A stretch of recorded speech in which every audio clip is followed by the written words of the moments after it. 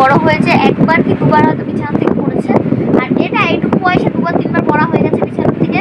কালকে মানে হামাগুড়ি রিসেন্টলি হামাগুড়ি দেওয়া শিখেছে। তো হামাগুড়িটা খুব কম দেয় কারণ ওটা ওর অলসতা লাগে। তো হামাগুড়ি বাবা চুল ধরে টানবা না, চুল ছেড়ে দাও, চুল ছেড়ে দাও। তো ওই হামাগুড়ির বদলে ও এখন কি করে বলো তো, টিকটিকির মতন সাপটে সাপটে যায়, যেটা তোমরা এর আগের ভিডিওতে দেখেছিলে। তো ওইভাবেই বেশি যায়। বাবা চুল ছাড়ো, চুল ছাড়ো। তো যাই হোক, হামাগুড়ি ওর অলসতা। তো কালকে ওই যে পিছনের যে জানালাটা, ওটার মানে নেটটা ধরে ধরে দাঁড়ানোর চেষ্টা করছিল, দাঁড়িয়েও ছিল অনেকবার, মানে প্রপার দাঁড়াইতে পারিনি, একটু একটু করে দাঁড়ানোর চেষ্টা করেছিল, মানে আধা আধা করে। তো ওইভাবে দাঁড়াতে দাঁড়াতে যেহেতু ওর কচি আঙুল, তো মানে ব্যথাটা সহ্য করতে পারেনি। দেখো না, এদিকে দেখো কি।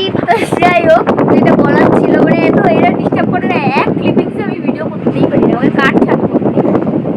তো ছোটটা ছোটোর থেকে বড় হয়েছে, ব্যথাই পাইনি সেইভাবে, একবার কি দুবার, তাও রিসেন্টলি আর কি বিছানা শুরু করেছে আর তাকিয়েছে। ওকে খুবই কেয়ারে রাখতাম, এমন না এটাকে কেয়ারে রাখতে, এটাকে কেয়ারে রাখি, এমন কে কে বেঁধে রাখতে হয় জানো, কত কাজ করতে হয়, একেও বেঁধে রাখতে হয়, বড়টাকেও বেঁধে রাখতে হয়। তো এই দিনই আর কি ওই যে জানালার মধ্যে দাঁড়িয়েছিল, যেটা বললাম আর কি, দাঁড়িয়েছিল, মানে 3-4 বার দাঁড়ানোর চেষ্টা করেছিল, একটু দাঁড়িয়েও ছিল। তারপরে এবার কি হয়েছে, হাতটা ছুটে গেছে ঢিরিম করে, একদম পড়ে এই জায়গায়, ঠিক এই জায়গায়, মানে ওর চোখের ঠিক এই এখানটায় লাল হয়ে ফুলে এইটুকু হয়ে রক্ত। ঠিক আছে, যাই হোক, ওটা 2 দিন হলো, কালকে কি পরশুদিন হয়েছে ওই কাজটা। আজকে আবার কি হয়েছে জানো, এর আগে তো 2 দিন বিছানা থেকে পড়েইছে, মাথার মধ্যে গুঁতো খেয়েছে, একদিন এখানটা ফুলে গেছিলো পুরা, এখানটা লাল হয়ে গেছিলো, একদিন মাথার পিছনে গুঁতো খেয়ে লাল হয়ে গেছিলো। হ্যাঁ, এই যে দেখো, হ্যাঁ এই দেখো না, দিদিভাই যেটা নিবে ও সেটাই লাগবে। এই দেখো আজকে দেখো, এই যে আঙুল, মানে আঙুলে যে ব্যথা, ওগুলোর কোনো হুদিস নেই, ওগুলোর কোনো হুদিস নেই, ও যা খুশি লাফালাফি ঝাপাঝাপি সব করে আছে। বাবা দে বুনুকে দে, একেবারে দেখ কেমন করতে থাকে। তো এই যে আমাদের এই বড় ফ্যানটা, এই যে বিয়ে বাড়িতে যে বড় বড় ফ্যানগুলো দেয় না, মানে অনুষ্ঠান বাড়িতে, এই বড় ফ্যান, লোহার আর কি, কি বলে ওটাকে, লোহার পাখা, সেই পাখার মধ্যে আজকে হাত মানে কি চুল বলে তো সারাক্ষণ। আমি বড়টাকে নিয়ে ভাত খাচ্ছিলাম, আর মা দাঁড়িয়ে দাঁড়িয়ে ওকে কোলে নিয়ে তো গল্প করছিলাম। কোন ফাঁকে, অনেকক্ষণ ধরে কিন্তু দাঁড়িয়ে আছে, এবার কোন ফাঁকে কি করেছে, ও ফ্যানটার মধ্যে হাত দিয়ে নেটটাকে ধরে টান দিয়েছে।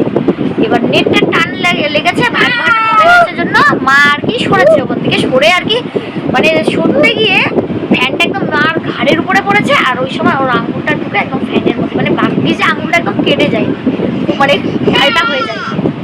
হ্যাঁ হ্যাঁ দিয়ে না বাবা একটু।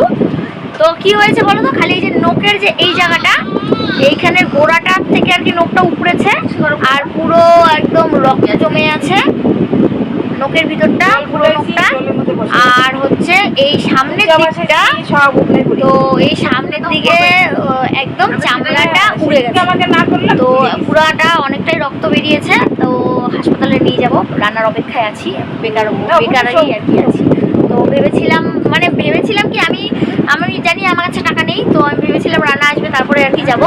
তো পরে দেখছি যে ও সকালবেলা 100 টাকা রেখে গেছিলো, সেই টাকাটা আর কি আছে, মানে মাংস আনার জন্য রেখে গেছিলো, মাংস আনা হয়নি, সেই টাকাটা আছে, আমার ওটা খেয়াল ছিল না, তাহলে আমি ওটা নিয়ে হাসপাতাল যেতে পারতাম।